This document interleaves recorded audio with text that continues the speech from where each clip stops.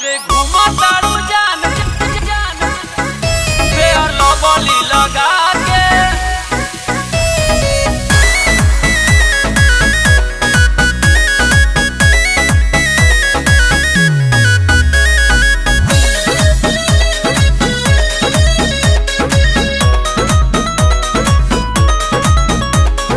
हमरे पटिकल बाटे तोहर नजरिया निकले के पड़ी लागे कके टीका करिया। अच्छा ए हमरे पटिकल बाटे तोहर नजरिया निकले के पड़ी लागे कके टीका करिया। लगला घूरे दूरे दूरे रहे बाबू हमसे बचे बचा के। अरे घूमा तारू जान फेयर लवली लगा के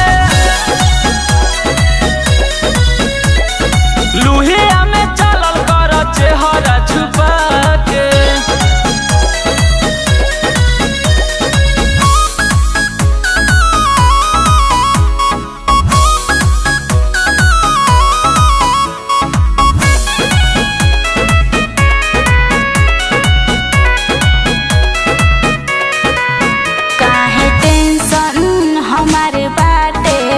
नाही हमारा बुझाला नाही हो ये बाबू तू हमारे घर वाला।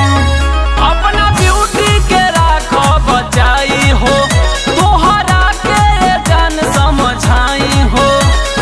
जानतानी सुना बाबू काहे तू फेरा में हमरा पड़ल बड़ा यहाँ के। अरे घूमा तारू जान फेयर लवली लगा के लुहिया में चलल कर चेहरा छुपा के। अरे घूमा तारू जान जान फेयर लवली लगा के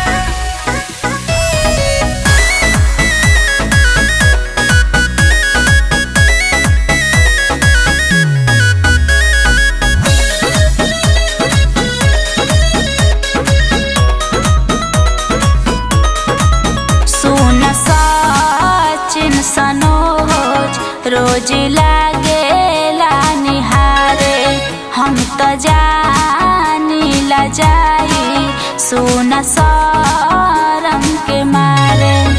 बात माना तू हमर करिश्मा हो चलो कर लगा के तू चश्मा हो।